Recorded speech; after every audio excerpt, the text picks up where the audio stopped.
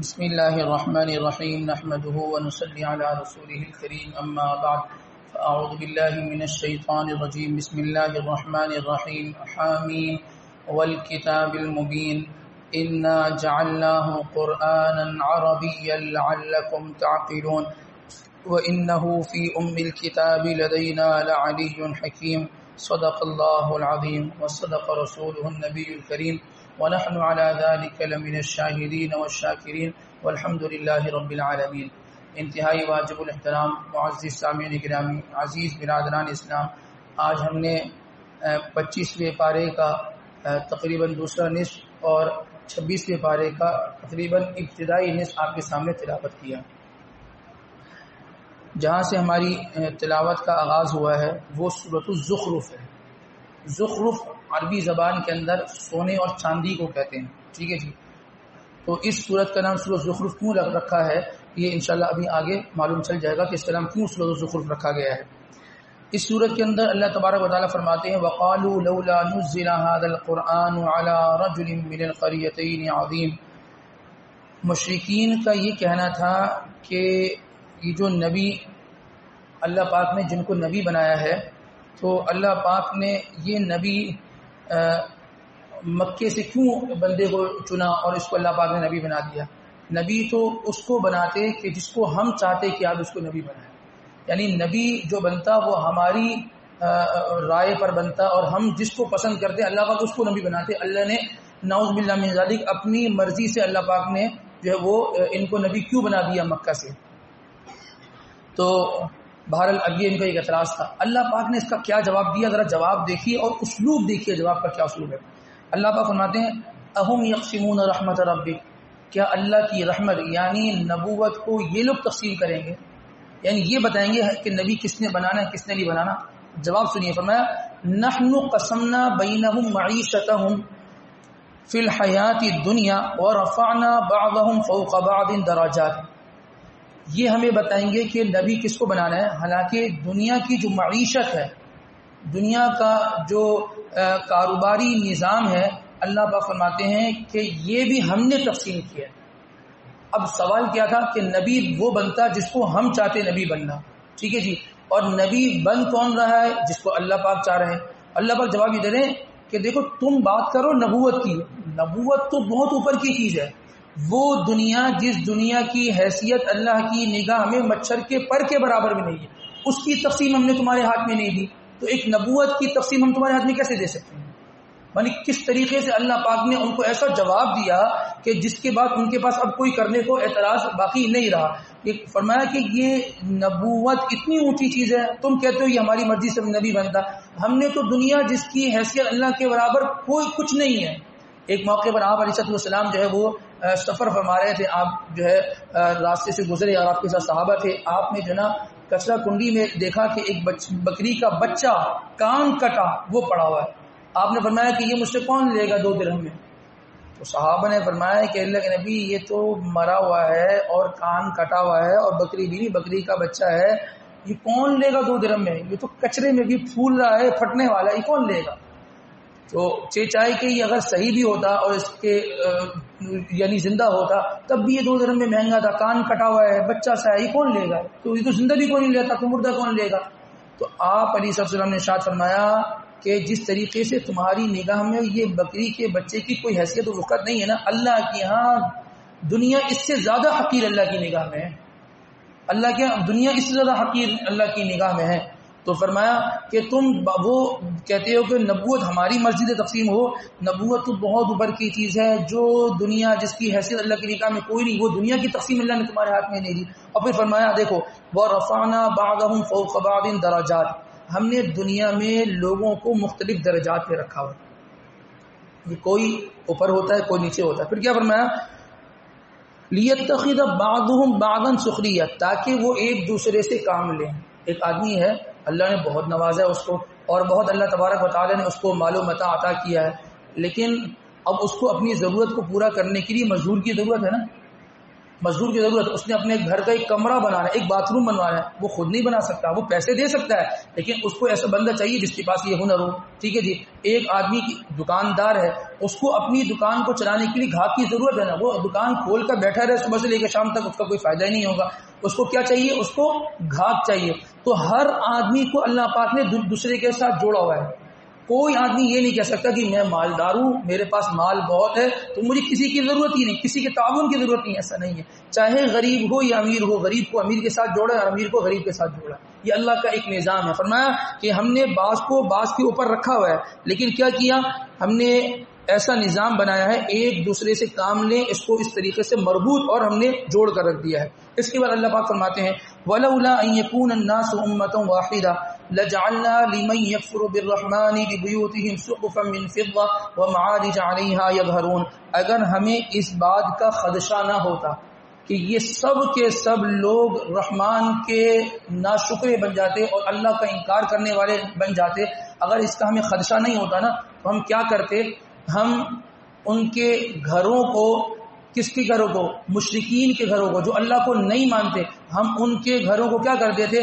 لِبُيُوتِهِمْ سُقُفًا مِّن فِضَّةٍ، ان کے گھر کی چھتوں کو ہم چاندی سے بنا دیتے. وَمَعَارِجَ عَلَيْهَا يَظْهَرُونَ، ان کے گھر کی سیڑھیاں بھی اللہ فرماتے ہیں ہم چاندی سے بنا دیتے. اور فرمایا وَلِبُيُوتِهِمْ أَبْوَابًا وَسُرُرًا عَلَيْهَا يَتَّكِئُونَ وَزُخْرُفًا، اور ان کی جو مسہریاں ہیں جس پر وہ بیٹھتے ہیں اور سوتے ہیں وہ، اور ان کے گھر کے دروازوں کو ہم سونے سے بنا دیتے ہیں. یعنی غیر مسلموں کو اللہ پاک فرماتے ہیں ہم اتنا دیتے ہیں نا، اتنا دیتے کہ جس کی کوئی انتہا نہیں ہوتی. لیکن کیا تھا؟ مال کو دیکھ کر اس بات کا خدشہ تھا کہ جو اہل ایمان تھا وہ بھی کہیں پھسل نہ جاتا، اس لیے ہم نے ان کو اتنا نہیں دیا. یہ ایک اس سوال کا جواب ہے. ہمارے لوگ کہتے ہیں نا کہ جی ہم مومن، کلمہ گو، نمازی، تہجد گزار، لیکن ہمارے حالات یہ، وہ وہاں بیٹھے ہیں واشنگٹن میں، وہ وہاں بیٹھے ہیں شکاگو کے اندر، اور وہ وہاں بیٹھے ہیں ڈبلن کے اندر. ان کی صورتحال کیا ہے؟ نہ کلمہ، نہ نماز، نہ روزہ، نہ اللہ کا نبی، نہ اللہ کا رسول، کسی کو نہیں مانتے، لیکن کیسے عشرت کر رہے ہیں. ان کے لیے اللہ نے دنیا رکھ دی ہے، جو کچھ ہے ان کے لیے وہ دنیا میں ہے، جو کچھ ہے ان کے لیے وہ دنیا میں ہے. اور ہمارے لیے کیا ہے؟ اللہ پاک کیا فرما رہے ہیں؟ فرمایا وَإِن كُلُّ ذَلِكَ لَمَّا مَتَاعُ الْحَيَاةِ الدُّنْيَا، دنیا کی جتنی نعمتیں اللہ نے ان کے لیے رکھ دی ہیں، دنیا کے اندر رکھ دی ہیں. اور فرمایا وَالْآخِرَةُ عِندَ رَبِّكَ لِلْمُتَّقِينَ، آخرت اللہ تبارک و تعالی نے کس کے لیے رکھی ہے؟ متقی لوگوں کے لیے رکھی ہے. ہمارے لیے اللہ نے آخرت رکھی ہے. جس دن ان کی آنکھیں بند ہوں گی نا، ان کو جو کچھ نظر آئے گا وہ حیران ہو جائیں گے کہ بھائی یہ کیا ہو گیا ہمارے ساتھ. وہ نعمتیں کیا ہیں دنیا والی ہے جی، وہ سب آنکھ بند ہوتی چلی گئی. اور جس مسلمان نے غربت میں، فقر و فاقے کے اندر وقت گزارا، بڑی تنگ دستی کی حالت میں وقت گزارا، جب اس کی آنکھیں کھلیں گی، جب اس کی آنکھیں بند ہوں گی تو در حقیقت پھر اس کی حقیقت کی آنکھیں کھلیں گی کہ او ہو، اگر مجھے پتا ہوتا میرے فقر و فاقے پہ یہ مجھے ملنا ہے تو پھر تو میں اللہ تبارک و تعالیٰ کی اس سے زیادہ بندگی کرتا. میں کبھی اللہ تبارک و تعالیٰ سے نہیں مانگتا یا اللہ دنیا کے عیش و عشرت دے دے، دنیا کے مقابلے میں آخرت میں تو نے میرے ساتھ کیا کیا، میرے لیے کیا کیا رکھا ہوا ہے. تو آخرت مسلمانوں کے لیے، ہمارے لیے کیا رکھا ہے اللہ نے؟ آخرت رکھا ہے. تو یہی تو ہے مسلمان بن دیکھے کا سودا کرتا ہے. ہاں، اور مشرک کو بن دیکھے، وہ کہتا ہے جو سامنے ہے اس کی بات کر لو، سامنے بات. اور سامنے کی زندگی کتنی ہے؟ 50 سال 60 سال اکثر گزر گئی، کچھ رہ گئی، کبھی بھی ختم ہو سکتی ہے. اور ہماری جو آخرت کی زندگی، جو مسلمان کی حقیقی زندگی ہے، وہ اتنی لمبی زندگی ہے کہ کبھی بھی ختم نہیں ہوگی، کبھی بھی ختم نہیں ہوگی. تو بھئی ہمیں آخرت چاہیے اور اللہ پاک نے ہمارے لیے آخرت ہی رکھی ہوئی. اس کے بعد اللہ پاک فرماتے ہیں وَمَن يَعْشُ عَن ذِكْرِ الرَّحْمَنِ، جو شخص اللہ کے یعنی رحمان کے ذکر سے اعراض کرتا ہے، اللہ کو یاد نہیں کرتا، اللہ کا تذکرہ ہی نہیں کرتا، نہ وہ اللہ کے تذکرے کی مجالس میں وہ بیٹھتا ہے، نہ وہ درس حدیث میں نظر آئے، نہ وہ درس قرآن میں نظر آئے، نہ اسے کوئی کسی دینی مجلس میں ہمیں دیکھنے کو ملے. جو رحمان کے ذکر سے اعراض کرتا ہے، اللہ تبارک و تعالیٰ فرماتے ہیں نُقَيِّضْ لَهُ شَيْطَانًا فَهُوَ لَهُ قَرِينٌ، ہم اس کے لیے شیطان کو اس کا دوست بنا دیتے ہیں. جو اللہ کا نہیں بنتا نا، اللہ اس کو شیطان کا خود بخود بنا دیتے ہیں. تم شیطان کے ہو گئے، شیطان سے اس کی دوستی ہو جاتی ہے. اور پھر شیطان دو کام کرتا ہے، دو کام. فرمایا وَإِنَّهُمْ لَيَصُدُّونَهُمْ عَنِ السَّبِيلِ، شیطان سیدھے راستے سے ہٹا دیتا ہے، شیطان سیدھے راستے سے ہٹا دیتا ہے. وہ کبھی صراط مستقیم پہ چلنے نہیں دیتا. وہ شیطان ہی کیا جو آدمی کو جو ہے صراط مستقیم پہ چلائے، وہ تو غیر صراط مستقیم پہ چلاتا ہے. وہ اس راستے پہ چلنے نہیں دیتا کہ جو راستہ اللہ سے ملاتا ہے. وہ پہلا کام یہ کرے گا، اس کو سیدھے راستے سے ہٹائے گا. اچھا ہٹائے گا بھی کیسے؟ دوسرا کام کیا کرے گا؟ وَيَحْسَبُونَ أَنَّهُمْ مُهْتَدُونَ، اور آدمی کو یہ سمجھائے گا تم جو چل رہے ہو نا وہ سیدھا چل رہے ہو، تم صحیح چل رہے ہو. ایک آدمی کو یہ معلوم ہو نا کہ جی میں یہ جو کام کر رہا ہوں یہ گناہ کا کام ہے، آج نہیں 10 سال کے بعد وہ توبہ کر ہی لے گا، اس کو پتہ ہے نا میں گناہ کا کام کر رہا ہوں. لیکن جس کو شیطان نے یہ سمجھا دیا ہو اور یہ پڑھا دیا ہو کہ دیکھیں تم جو کام کر رہے ہو نا وہ کام سب سے صحیح کام ہے، یہ سارے اللہ معاف کرے نمازی یہ سب بیوقوف ہیں، تم صحیح کام کر رہے ہو، تم غریبوں کی مدد کر رہے ہو نا یہ بہترین کام ہے. شریعت کی وہ تصویر جو اللہ کے نبی نے ہمیں دکھلائی ہے وہ شیطان کہتا ہے یہ تصویر نہیں ہے، شریعت تو وہ ہے جو تم سمجھے ہو. نعوذ باللہ من ذالک، صحابہ نے کیا شریعت کو سمجھا ہوگا جو تم نے سمجھا ہے. اصل لاجک تو تمہارے سمجھ میں آئی نا بات، اصل تو شریعت کے جو نکات تمہارے سامنے ہیں وہ کسی کے سامنے نہیں ہے، تو تم سب سے زیادہ ہدایت یافتہ آدمی ہو. اور جس آدمی کو یہی نہ پتا چلے کہ میں غلطی کر رہا ہوں تو وہ آدمی کبھی بھی صحیح نہیں ہو سکتا. تو شیطان جس کا دوست بنتا ہے دو کام کرتا ہے، سیدھے راستے سے ہٹاتا ہے، اور نمبر 2 غلط چیز کو صحیح کر کے اس کے حوالے کر دیتا ہے کہ تم صحیح چل رہے ہو حالانکہ وہ بالکل غلط چل رہا ہوتا ہے. یہ 2 کام کر رہا ہوتا ہے. تو لہذا اللہ کے ذکر کے ساتھ جوڑ کر رکھیں، شیطان قریب بھی نہیں آئے گا. کیا ہے؟ اعوذ باللہ من الشیطان الرجیم. انسان ذکر کرنا شروع ہی کرتا اعوذ باللہ پڑھتا، شیطان دم دبا کے بھاگ رہا ہوتا ہے چلو جی اس سے دور ہو جاؤ. ابھی ذکر شروع نہیں کیا، ابھی تو ذکر کے لیے اس نے سیلف اسٹارٹ کیا، بالکل گاڑی اسٹارٹ ہی ہوئی ہے وہ بھاگ گیا.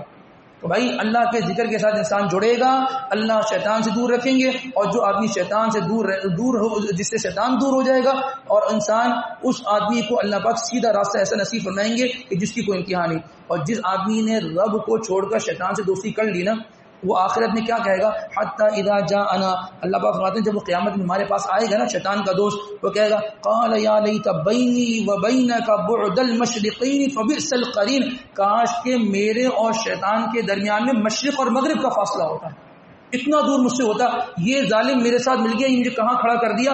کہے گا فبئس القرین، بدترین میرا دوست تھا، بدترین دوست تھا میرا، دنیا میں سب سے اچھا دوست وہی تھا. ہاں جی. اور فرمایا کہ آخرت میں وہی کہے گا کہ بدترین میرا دوست تھا، کاش کہ میں اس سے اتنا دور ہوتا، اتنی دوری ہوتی جیسے مشرق اور مغرب کے درمیان. لیکن اس وقت کہنے کا فائدہ ہی کیا، اس وقت چڑیا چگ گئی کھیت، اس وقت کام ہو گیا، جو ہونا تھا وہ ہو گیا، اس کے بعد اس وقت کرنے کا کوئی فائدہ نہیں ہوگا. اس کے بعد اللہ تبارک و تعالیٰ فرماتے ہیں وَنَادَى فِرْعَوْنُ فِي قَوْمِهِ قَالَ يَا قَوْمِ أَلَيْسَ لِي مُلْكُ مِصْرَ وَهَٰذِهِ الْأَنْهَارُ تَجْرِي مِن تَحْتِي. اب یہاں سے فرعون کی چند باتوں کا تذکرہ ہے. فرعون نے اپنی قوم سے کیا کہا؟ کہنے لگا کہ دیکھو قال یا قوم، اے میری قوم، الیس لی ملک مصر وہذہ الانہار تجری من تحتی، دیکھو میں بادشاہ ہونے کے لائق ہوں نہیں یا نہیں ہوں، میرے پاس کیا ہے؟ الیس لی ملک، میرے پاس ملک ہے پورا، اور وہ ملک کون سا ہے؟ مصر میرا ملک ہے. وہذہ الانہار تجری من تحتی، یہ میں نے ایسی جو ہے نہریں جو ہے نا وہ جاری کی ہوئی، باغات جاری کیے ہوئے، تو یہ تو ایک بادشاہی کے پاس ہو سکتی ہیں، دیکھو میں بادشاہ ہوں. اور کیا کہنے لگا؟ ام انا خیر من هذا الذی هو مہین، میں بہتر ہوں. نعوذ باللہ من ذالک، مہین کہتے ہیں حقیر کو، میں زیادہ بہتر ہوں یا وہ حقیر آدمی بہتر ہے؟ کس کو بول رہا تھا؟ موسیٰ علیہ السلام کو. اور پھر کیا کہنے لگا؟ کہنے لگا ولا یکاد یبین. اللہ اکبر، اتنا خطرناک جملہ کہا اس نے. کہنے لگا کہ میں زیادہ بہتر ہوں، یہ نعوذ باللہ من ذالک وہ حقیر آدمی ولا یکاد یبین، جو اپنی بات کو واضح طور پر کر بھی نہیں سکتا. کیوں نہیں کر سکتے تھے؟ زبان میں لکنت تھی. اور لکنت کیسی ہو گئی تھی؟ وہ فرعون کے گھر میں وہ انگارہ جو ہے انہوں نے اپنے جو ہے نا وہ زبان پہ رکھ دیا، جس سے بچپن کے اندر ہی جو ہے نا وہ لکنت پیدا ہو گئی تھی. تو فرعون نے اس بات کا تانا دیا اور کہنے لگا کہ ولا یکاد یبین، کہ وہ آدمی کہ جس آدمی کو اپنی بات کی وضاحت کرنا نہ آتی ہو وہ زیادہ اہل علم ہوگا، وہ زیادہ بڑا ہوگا، یہ میں زیادہ بڑا بادشاہ بناؤں گا. اور پھر کہنے لگا فلولا القی علیہ اسورۃ من ذهب او جاء معه الملائکۃ مقترنین. دیکھو اگر وہ بادشاہ ہوتا یا وہ وقت کا نبی ہوتا نا تو اس کے ساتھ 2 چیزیں ہمیں نظر آتی ہیں. ایک کیا؟ علیہ اسورۃ من ذهب، اس کے پاس سونے اور چاندی کے کنگن ہوتے، یعنی اس نے نبوت کو، دینداری کو جوڑ دیا مال کے ساتھ. کیا مطلب؟ جس آدمی کے پاس دین ہے، جس آدمی کے پاس مال ہے، وہ شخص سمجھو کہ اللہ کے یہاں دیندار شمار ہوگا، وہ اللہ کے یہاں مقام ہے اس کا. یعنی مال کو اس نے دیندار ہونے کی علامت شمار کر دیا. ہماری یہ بھی تصور ہے نا کہ جس آدمی کے پاس مالی لائن سیدھی چل رہی ہوگی نا وہ سمجھتا ہے اللہ پاک مجھ سے خوش ہے، اللہ پاک مجھ سے خوش ہے. اور جہاں کسی کے معاملات 19-20 ہو گئے وہ کہتا ہے کہ جی آج کاروباری اعتبار سے مہینہ ہو گیا، کچھ حالات ہیں، اس کا مطلب ہے اللہ ناراض ہے، یعنی اللہ کے خوش اور اللہ کے ناراض ہونے کو وہ کاروبار سے جوڑ رہا ہوں۔ حضرت سعد ابن ابی وقاص رضی اللہ عنہ کی روایت ہے، فرماتے ہیں کہ آپ صلی اللہ علیہ وسلم نے ارشاد فرمایا اشد البلاء علی الانبیاء، سب سے زیادہ جو حالات آتے ہیں وہ کس پر آتے ہیں؟ انبیاء پر آتے ہیں۔ فرمایا ثم الامثل فالامثل، اور جس کی زندگی نبی کی زندگی سے جتنی زیادہ مماثلت اور مشابہت رکھتی ہوگی اس کے اوپر اتنے زیادہ حالات آئیں گے۔ پھر کیا فرمایا؟ فرمایا فَيُبْتَلَى الرَّجُلُ عَلَى حَسَبِ دِينِهِ، آدمی اپنے دین کے اعتبار سے آزمایا جاتا ہے، جو آدمی جتنا زیادہ دیندار ہوگا اس پر اتنے زیادہ حالات آئیں گے۔ جس پر حالات کثرت سے آ رہے ہو نا، وہ یہ سمجھ جائے کہ اللہ پاک کے ہاں میرا مقام بلند ہو رہا ہے، میں اللہ کے قریب ہو رہا ہوں۔ لیکن دیکھیں بعض اوقات اللہ کی طرف سے یہ حالات جب آتے ہیں عذاب بن کے بھی آتے ہیں۔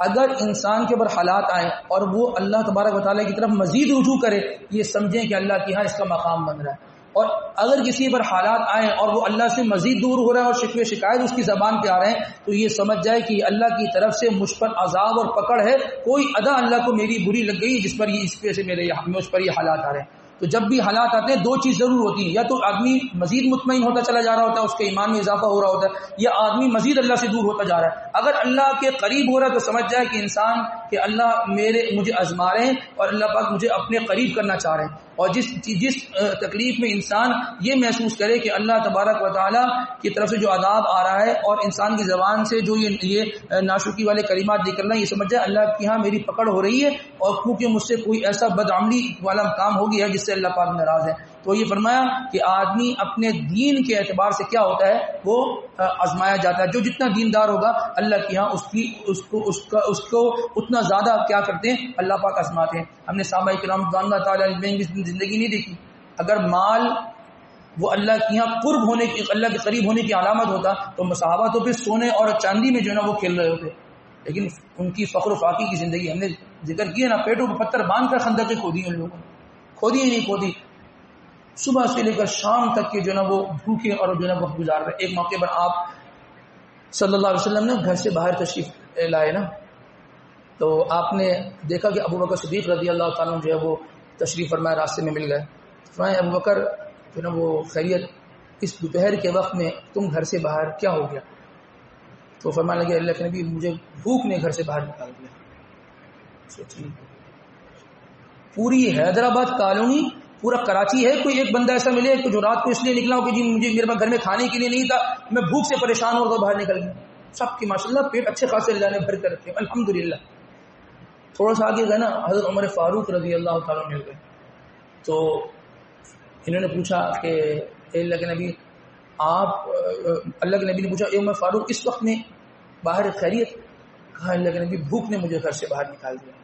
ان دونوں نے پھر اللہ کے نبی سے پوچھا آپ کیا اس وقت میں آپ گھر سے باہر آئے، آپ کو کس چیز نے باہر نکالا؟ فرمایا جس چیز نے تمہیں باہر نکالا اس چیز نے مجھے بھی گھر سے باہر نکالا۔ آپ سوچیے امام الانبیاء سرکار دو عالم صلی اللہ علیہ وسلم اس طرح فخر و فاقے میں زندگی گزاری۔ نہیں فرمایا تھا اللہ نے کہ اگر آپ چاہتے ہیں تو یہ جو احد کے پہاڑ ہیں نا، ہم آپ کے لیے سونے اور چاندی کے بناتے ہیں۔ جو گئے ہیں وہاں دیکھا انہوں نے احد کا پہاڑ، کتنا سونا اور چاندی ہوتا، کتنی مالداری ہوتی۔ آپ کا جو فقر تھا نا وہ اختیاری فقر تھا۔ کیوں فقر اختیار کیا تھا؟ امت کو تعلیم دینے کے لیے۔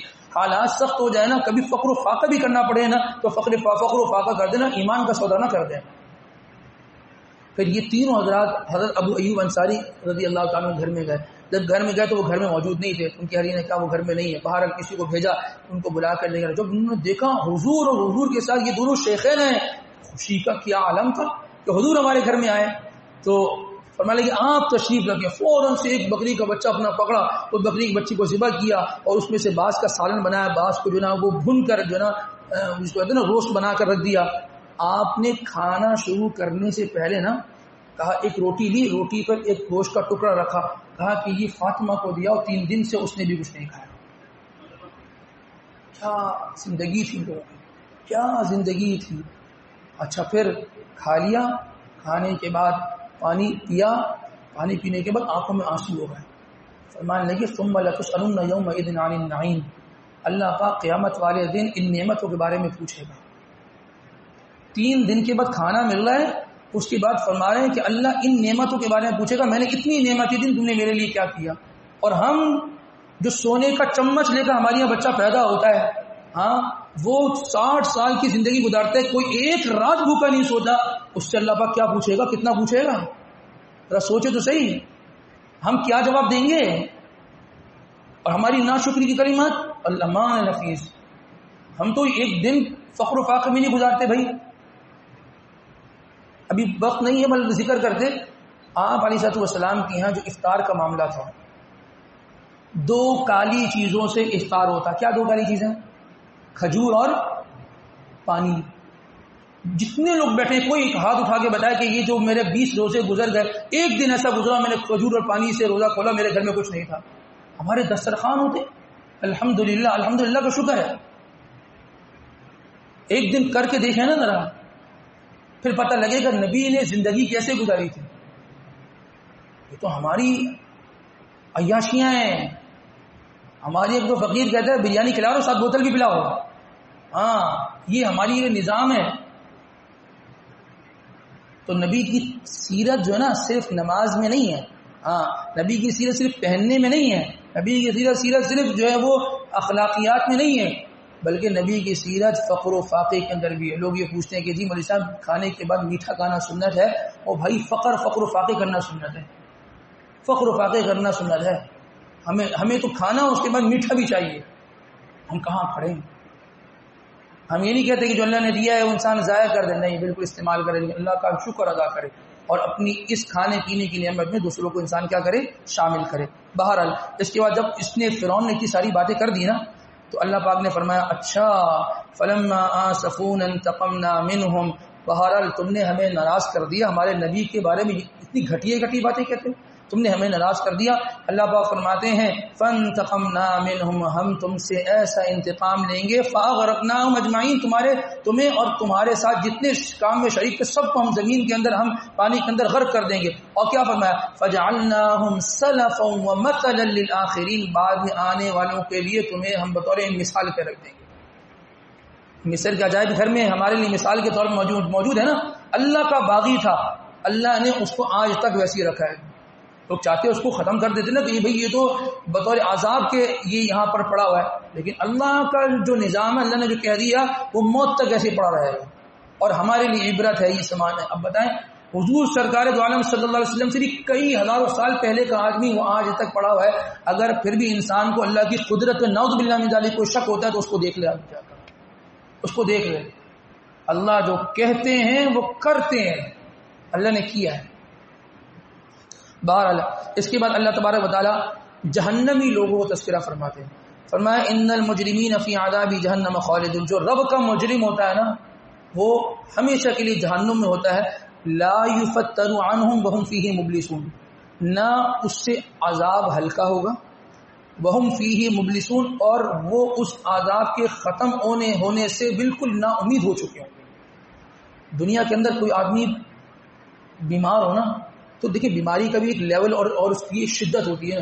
کبھی سر کا درد بہت تیز ہو جاتا ہے، کبھی ختم تو نہیں ہوتا لیکن تھوڑا ہلکا ہو جاتا ہے. میں جہنم کا عذاب ہلکا بھی نہیں ہوگا، بالکل ہائی لیول پہ چل رہا ہوگا. فرمایا وہم فیہ مبلسون، اور انسان کو یہ تو ہوتا ہے نا کہ یار سر کا درد ہے، بخار ہے، 1 دن نہیں، 2 دن نہیں، 3 دن نہیں، 4 دن کے بعد ختم ہو جائے گا، ایک امید لگی ہوتی ہے نا چلو 4 دن کے بعد صحیح ہو جاؤں گا. لیکن یہاں جہنم کا عذاب اس کے ختم ہونے کی امید ہی نہیں ہوگی کہ یہ ختم ہوگا. ایک آدمی دنیا میں بیمار ہے، چلو وہی کہتا ہے میں مر جاؤں گا تب تو یہ بیماری مجھ سے وہ ہو جائے گی، میری جان چھوٹ جائے گی اس بیماری سے، لیکن وہاں تو موت بھی نہیں آئے گی نا کہ اس سے جان چھوٹے. وہ کیا کہیں گے، وہ جہنمی لوگ کہیں گے وما ظلمناہم ولکن کانوا ھم الظالمین ونادوا یا مالک لیقضی علینا ربک.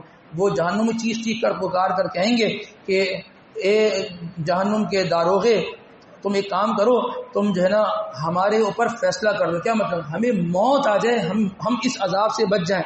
تو وہ کہے گا قال انکم ماکثون، تم اسی حالت میں رہو گے، موت تو نہیں آنی، ابھی اسی حالت میں رہو گے. اور کہا لقد جئناکم بالحق ولکن اکثرکم للحق کارہون، تمہارے پاس حق آتا تھا، تمہارے پاس دین کی بات آتی تھی، اللہ کے فرمان آتے تھے، لیکن کیا تھا، تم اس حق کی بات کو ماننے سے تم پیچھے ہٹتے تھے، تم اس حق کی بات کو اچھا نہیں سمجھتے تھے کہ اس کو مانے، تو تم آج اس عذاب کو کیا کرتے رہو، تم سہتے رہو اور تمہارا یہی مقدر بنے گا اور تم یہیں پر انسان جو ہے نا کیا ہو جاؤ گے، اسی حالت میں ہمیشہ رہو گے۔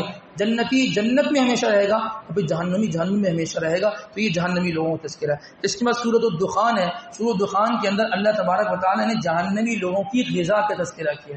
کھانا پینا تو ہوگا نا، وہاں جنتیوں کا ہوگا، یہاں جہنمیوں کا ہوگا۔ جہنمیوں کو کھانا کیا ہوگا ذرا اس میں، جنتیوں کا کیا ہے، وَلَكُمْ فِيهَا مَا تَشْتَهِي أَنفُسُكُمْ، جو چاہو گے ملے گا، جو چاہو گے ملے گا۔ جہنمی کا کیا ہوگا، فَمَا إِنَّ الشَّجَرَةَ الزَّقُّومُ، ان کے لیے زقوم کا درخت ہوگا۔ زقوم کا درخت کہاں اگتا ہے، وہ جہنم کی جو گہرائی ہے نا، گہرائی، وہاں یہ درخت اگتا ہے۔ سورۃ الصافات میں اللہ نے اس کا تذکرہ فرمایا ہے، جہنم کی تہ میں اگتا ہے، اور فرمایا کہ یہ کانٹے دار درخت ہوتا ہے۔ کون سا درخت ہوتا ہے، کانٹے دار۔ کہا طعام الاثیم، یہ گناہ گاروں کا کھانا ہوگا۔ اور پھر کالمہل یغلی فی البطون، اور پینے کے لیے کیا ہوگا، ان کے لیے تلچھٹ ہوگی کہ جو پیٹ میں جا کر جو جوش مارے گی۔ تلچھٹ سمجھتے ہیں جو تیل کی نیچے کی چیز ہوتی ہے، تلچھٹ، یہ ان کو پینے کے لیے دی جائے گی، اور یہ پیٹ میں جا کر جوش مارے گی۔ کغلی الحمیم، جیسے کہ کھولتا ہوا پانی جوش مارتا ہے، اللہ پاک فرماتے ہیں ایسے ہی ہوگا۔ پھر فرمایا خذوہ، ان کو کہا جائے گا ان کو پکڑو، فاعتلوہ، ان کو گھسیٹو، الی سواء الجحیم، جہنم کے بیچو بیچ ان کو پھینک دو۔ پھر ثم صبوا فوق رأسہ من عذاب الحمیم، اوپر سے ان کے سر کے اوپر سے گرم گرم پانی ڈال دو۔ ذق، ان سے کہا جائے گا ذق، ذائقہ چکھو، یہ زقوم کا ذائقہ چکھو، یہ تلچھٹ کا ذائقہ چکھو، یہ گرم پانی جو تمہارے سر پہ ڈالا جا رہا ہے اس کو ذرا چکھو، یہ کیا چیز ہے۔ انک انت العزیز الکریم، بے شک اللہ تبارک و تعالیٰ کی ذات غالب حکمت والی ہے۔ فرمایا کہ یہ ساری کی ساری چیزیں ان کے ساتھ ہوں گی، کھانا پینا، اور کہا کیا جائے گا، ان ھذا ما کنتم به تمترون، یہ وہی چیز ہے نا جس کے بارے میں تم شک میں پڑے تھے۔ او جی ہو جائے گا، دیکھ لیں گے جہنم بھی۔ لوگ اللہ معاف کرے اتنی بڑی بڑی باتیں بولتے ہیں، دیکھ لیں گے جہنم بھی دیکھ لیں گے۔ بھائی یہاں کو جہنم سے کم زندگی گزر رہی ہے، اس طرح جملے کہہ رہے ہوتے ہیں نا، نعمتوں والی زندگی ہے لیکن اس کو جہنم کی زندگی کہتے ہیں۔ جی دیکھ لیں گے، او جی اللہ پاک نے سارا عذاب مجھے ہی دینا ہے کیا، میں دیکھ لوں گا اپنے عذاب کو، تم اپنی فکر کرو۔ جی اللہ پاک فرماتے ہیں جس عذاب کے بارے میں تمہیں شک تھا نا، پتہ نہیں ہوگا نہیں ہوگا کیسا ہوگا، فرمایا یہ وہی عذاب ہے جو تمہیں دنیا میں سنایا جاتا تھا۔ اچھا جی، اچھا اب جنتی لوگوں کا کیا حساب و کتاب ہوگا، فرمایا ان المتقین فی مقام امین، جنتی لوگ، متقی لوگ جو ہوں گے وہ ایک امن و امان کے مقام میں ہوں گے، فی جنات و عیون، اور ان کے لیے کیا بہری ہوں گی، جو ہے وہ چشمے ان کے لیے بہرے ہوں گے، یلبسون من سندس و استبرق متقابلین، صندوق اور استبرق یعنی ریشم کا جو ہے ان کو لباس پہنایا جائے گا، متقابلین آمنے سامنے جو ہے وہ بیٹھیں گے، کذالک وزوجناہم بحور عین، اللہ پاک فرماتے ہیں ہم ان کی بڑی بڑی آنکھوں والی حور سے ان کی ہم شادی کروا دیں گے۔ ماشاءاللہ جی، فرمایا یدعون فیہا بکل فاکہۃ آمنین، ہم ان کو ہر وہ پھل میوہ جس کو وہ چاہیں گے ہم امن و امان کے ساتھ ہم ان کو دے دیں گے۔ اور پھر فرمایا لا یذوقون فیہا الموت الا الموتۃ الاولی، پھر ان کو موت نہیں آئے گی سوائے اس ایک پہلی والی موت کے جو دنیا میں آ گئی بس۔ یعنی یہ نعمتیں تا حد نکاح ہمیشہ کے لیے ان کو یہ نعمتیں ہوں گی۔ فرمایا کہ ووقاہم عذاب الجحیم، ان کو اللہ جہنم کے عذاب سے بچا دے گا۔ اور یہ کیسے ہوگا، ہمارے اعمال پر ہوگا، اعمال تو کرو۔ فرمایا فضلا من ربک، یہ رب کا فضل ہوگا۔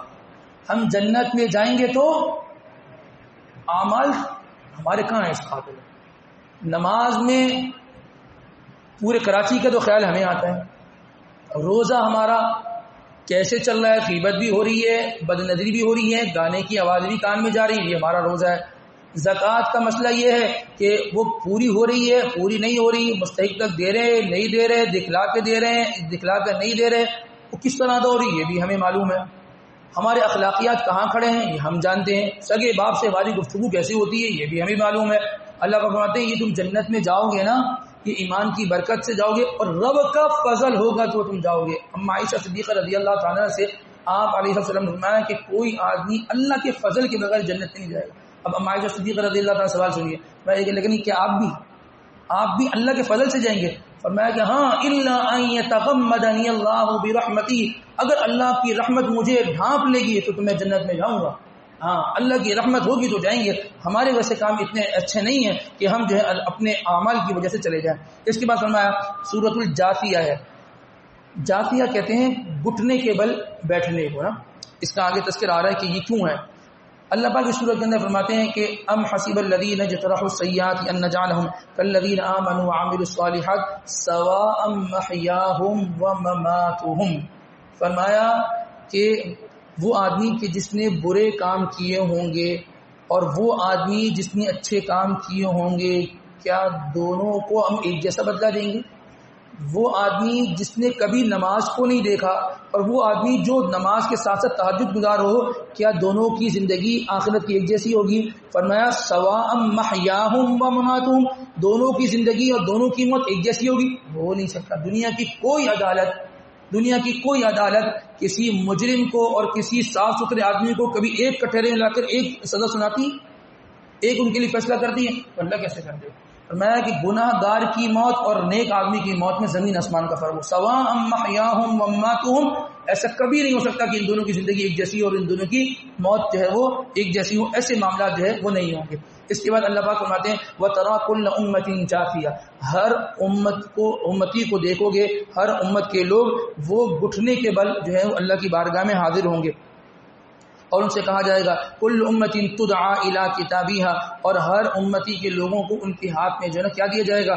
ان کی کتاب دی جائے گی، یعنی ان کا نامہ اعمال دیا جائے گا، اور یہ کہا جائے گا الیوم تجزون ما کنتم تعملون، جو تم نے اعمال کیے آج اس کا بدلہ دیا جائے گا۔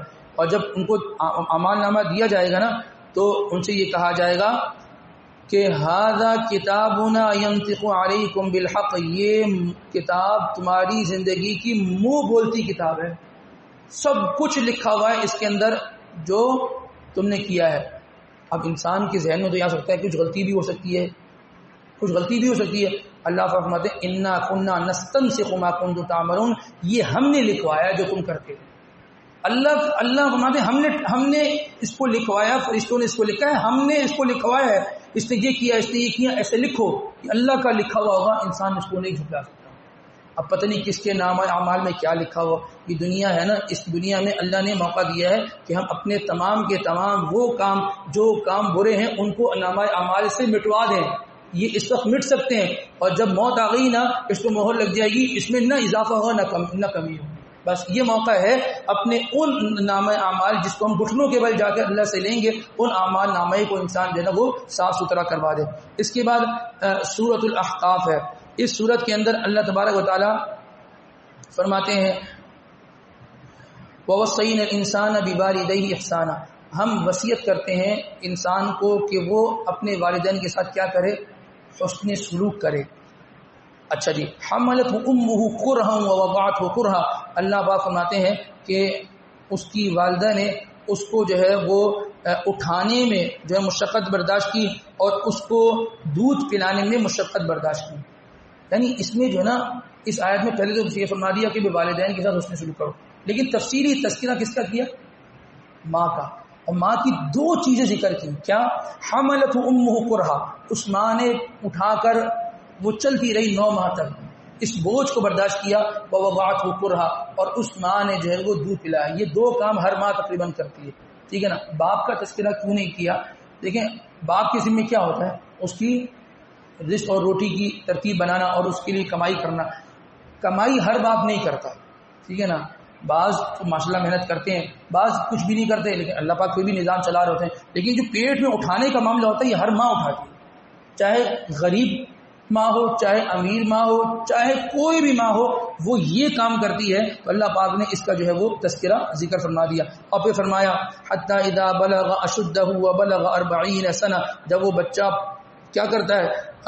طاقتور ہو جاتا ہے اور جو ہے نا وہ بڑا ہو جاتا ہے، تو وہ کیا کہتا ہے؟ قال رب اوزعنی ان اشکر نعمتک التي انعمت علی وعلى والدی وان اعمل صالحا ترضاه واصلح لي في ذریتی۔ اللہ تیرا بڑا فضل ہوا کہ تو نے مجھے اتنی بہترین زندگی عطا فرمائی ہے، اور اللہ تبارک و تعالیٰ تو نے میرے والدین پر انعام فرمایا ہے۔ اب ایک درخواست یہ ہے واصلح لي في ذریتی، میری جو آگے شادی ہوگی، میرے جو آگے نسل چلی ہوگی، اللہ ان کو بھی اچھا اور نیک اور صالح اللہ بنا دیجیے گا، میری آگے نسل کو اچھا بنا دیجیے۔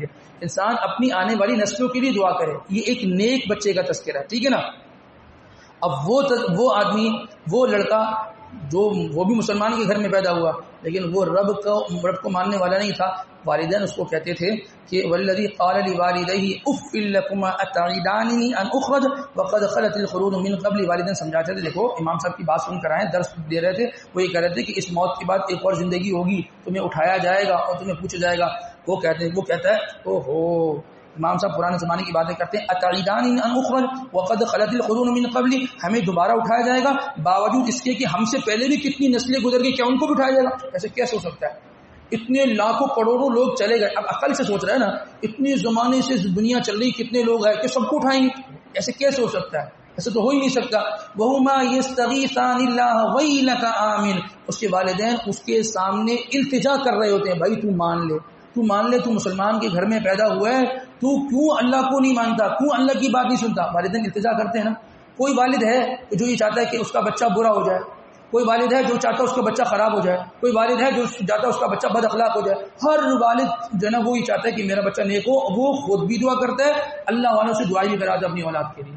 وہ اور یہ والد واقعی گھر میں جن کا ماحول ہے نا، ہر گھر میں ماں کہتی ہے بیٹا تو یہ نہیں کیا کر، دیکھ تیرا ابا تجھ سے اس وجہ سے ناراض ہے، ابا کہتا ہے بیٹا میں پریشان ہوں تجھ سے، تو یہ نہیں کیا کام شروع کر دیا۔ ہر باپ اپنی اولاد کے آگے التجا کر رہا ہوتا ہے۔ اللہ فرماتے ہیں وَهُمَا يَسْتَغِيثَانِ اللَّهَ وَيْلَكَ آمِنْ، وہ دونوں جو ہے اس کو کہہ رہے ہوتے ہیں کہ بیٹا تو سیدھا ہو جا، تو نماز کیوں نہیں پڑھتا؟ لیکن اولاد ہے کہ اولاد سمجھتی نہیں ہے، پھر کیا ہوتا ہے؟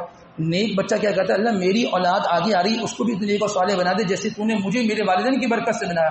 پھر یہ جو اولاد ہوتی ہے نا جس کی والدین زندگی بھر منتیں کر رہے ہوتے ہیں، والدین چلے جاتے ہیں نا، شادی تو اس کی بھی ہونی ہوتی ہے نا، اس کی بھی اولاد ہو رہی ہوتی ہے، یہ ایسا سرکل اور ویل گھومتا ہے نا، پھر یہی چیز اوپر آ رہی ہوتی ہے، پھر وہ والد جو سمجھا رہا تھا وہ چلا گیا، اب یہ خود والد بنتا ہے اور پھر اس کی اولاد ہوتی ہے، پھر اس کو پتہ چلتا ہے کہ بھئی کیا معاملات تھے، کتنی تکلیف ہوتی ہے، کن حالات سے آدمی گزر رہا ہوتا ہے۔ تو اس سے پہلے کہ بھئی وہ معاملات آئیں اور انسان کا یہ ویل گھومے اور انسان کو اپنا سر پکڑ کے بیٹھ کے رونا پڑے، لیکن اس وقت پھر کچھ کر نہیں سکتا، تو انسان ابھی سے اپنے والدین کا احترام کرے تو اس کے بعد جو ہے نا وہ اس کی اولاد ہے اس کا احترام کریں گے، اور یہ ہوتا ہے۔ والدین سب کے والدین بتاتے ہیں دیکھو بیٹا اس کا حال دیکھو نا، اس نے اپنے باپ کی عزت نہیں کی تھی، آج دیکھو یہ کہاں کھڑا ہے، آج اس کی اولاد اس کے ساتھ کر رہی ہے بیٹا آپ تو ابھی کے ہو، ہم نے تو ان کو دیکھا ہے کہ اس نے اپنے والد کے ساتھ جو کیا نا اس کی اولاد اس ساتھ وہی کر رہی ہے، ایسا کہتے ہیں اور ہوتا ہے، اللہ فرمانے ایسا ہوگا تو ہوتا ہے۔ تو اپنے مستقبل کو سکون والا بنانے کے لیے اپنے والدین کو سکون دینے کی ضرورت ہے، اپنے والد کو سکون دیں گے تو پھر اللہ تبارک و تعالیٰ کیا کریں گے، اللہ پاک ہمیں بھی سکون کے ساتھ رکھیں گے۔ اس کے بعد سورۃ محمد ہے صلی اللہ علیہ وسلم، اس سورت کے اندر اللہ تبارک و تعالیٰ نے متقی لوگوں کے لیے جنت میں جو نہریں رکھی ہیں ان نہروں کا تذکرہ فرمایا۔ متقی لوگوں کے لیے 4 قسم کی نہریں رکھی ہیں، کس کے لیے ہیں؟ مسلمان کے لیے نہیں، مسلمان اور ہے متقی اور ہے۔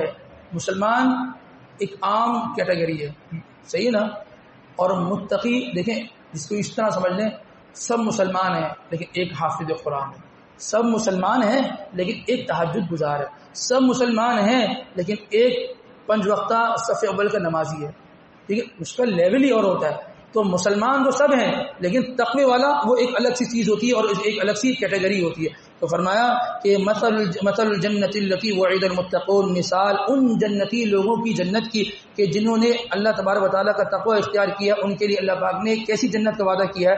فرمایا فیہا انہار من ماء غیر آسن، ان کے لیے ایک نہر ہوگی جو پانی کی ہوگی اور وہ پانی خراب نہیں ہوگا، وہ پانی خراب نہیں ہوگا، ایسا صاف اور شفاف پانی جس کو اللہ پاک نے متقی لوگوں کے لیے جنت میں چلا دیا ہوگا۔